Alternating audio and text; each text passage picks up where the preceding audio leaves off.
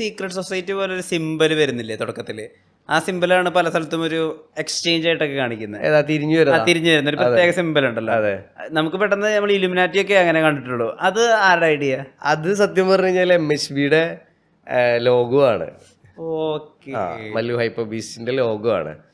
അപ്പോൾ ഞാൻ കായ് ഇറക്കുന്ന സമയത്ത്, അതായത് ഇറക്കണേക്കാൾ മുമ്പ് ഇവരാണ് നമ്മൾ ഓഡിയോക്ക് അപ്രോച്ച് ചെയ്തത്. ഇങ്ങനെ ഒരു ട്രാക്ക് ചെയ്യാൻ താല്പര്യമുണ്ട് എന്ന് പറഞ്ഞിട്ട്. പിന്നീട് അത് നമ്മൾ ഇറക്കുകയും അത് ഇങ്ങനത്തെ ഒരു രീതിയിൽ എത്തിപ്പെടുകയും പിന്നെ നമ്മളാ ഒരു പ്രൊജക്റ്റ് ബിഗ് ആവുകയും ചെയ്തു. പിന്നെ ഓഫ് കോഴ്സ് ഇവരൊക്കെ കാനഡയിൽ തന്നെയാണ് കോൺടാക്ട് ചെയ്യുമ്പോഴും ഓഡിയോക്ക് വേണ്ടിയിട്ട്. അങ്ങനെ അപ്പോൾ അവിടുത്തെ എന്താ പറയുക സോഴ്സസ് ഒക്കെ നമ്മൾ യൂട്ടിലൈസ് ചെയ്തിട്ട്.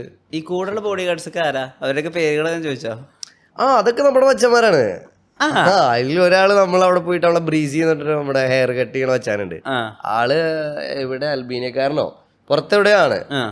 അപ്പൊ ആളായിട്ട് ഇവര് അവിടെ ഹെയർ കട്ട് ചെയ്യാൻ പോകുന്നതാണ്.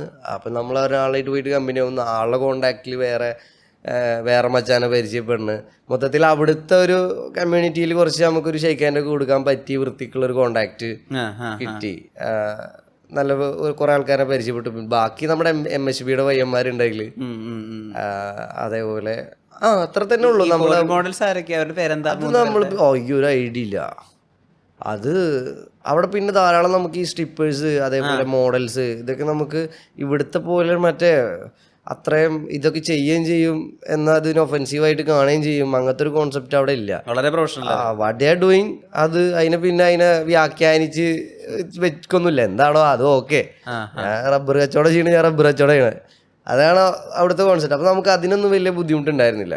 ഈസി.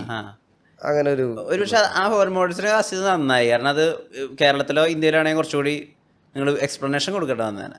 ഉറപ്പായിട്ടും ഞാൻ നമ്മുടെ ഓഡിയോക്ക് വരെ ഓഡിയോയുടെ കവർ ആർട്ട് ചെയ്തപ്പോൾ തന്നെ ഒരുപാട് വുമനെ ഒബ്ജക്റ്റിഫൈ ചെയ്തു എന്ന് പറഞ്ഞിട്ട് നമുക്കിപ്പോൾ ഫോൺ എടുത്ത് റീല് തുറന്നു നോക്കിയാൽ അറിയാം ആരെയാണ് ഒബ്ജക്റ്റിഫൈ ചെയ്യുന്നതെന്ന്.